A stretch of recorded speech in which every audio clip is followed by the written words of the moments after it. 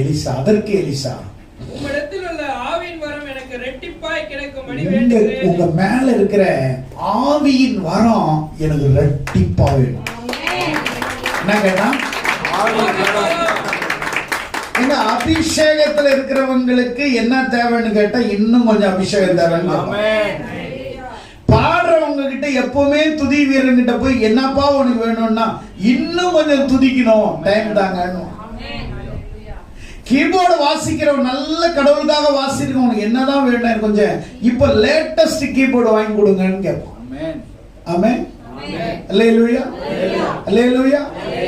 ஆனா எலியா உனக்கு என்னையா வேணும்னு கேட்கும்போது உன் மேல இருக்கிற